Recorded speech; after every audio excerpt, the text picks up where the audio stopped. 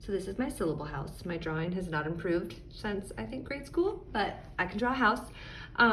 When I introduce open syllables, I love to use this house to kind of really solidify the concept. So for example, I just use my letter tiles that are already here. I would build a word, and we already know closed syllables. So sorry, this is hard with my phone.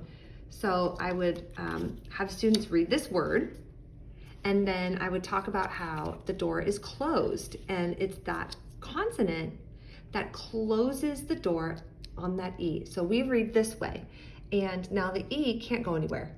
The E is closed in by the B. So then we know that the E is gonna make it short sound eh.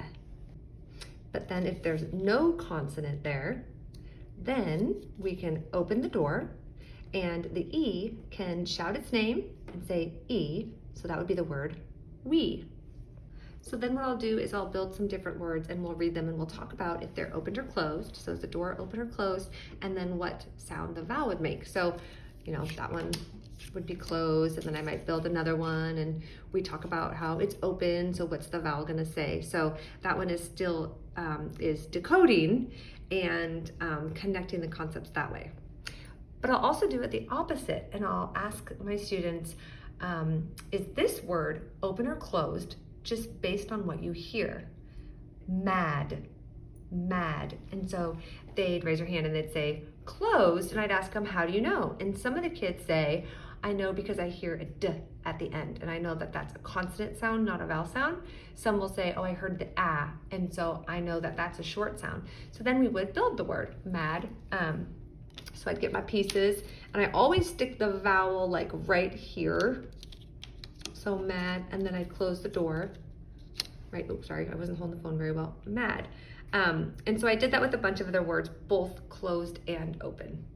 And then over here I have my posters that show the same thing. It shows the door being shut for bet, and then the door being open and the E can shout its name.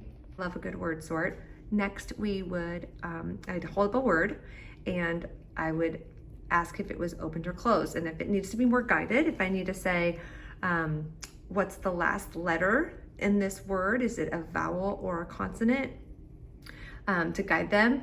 But today I didn't seem to need as much guidance. I could say, do you think it's open or closed? And they would say open, and I would ask why, and they would say it ends with a vowel. So then I'd put it in there, and then we would read the word.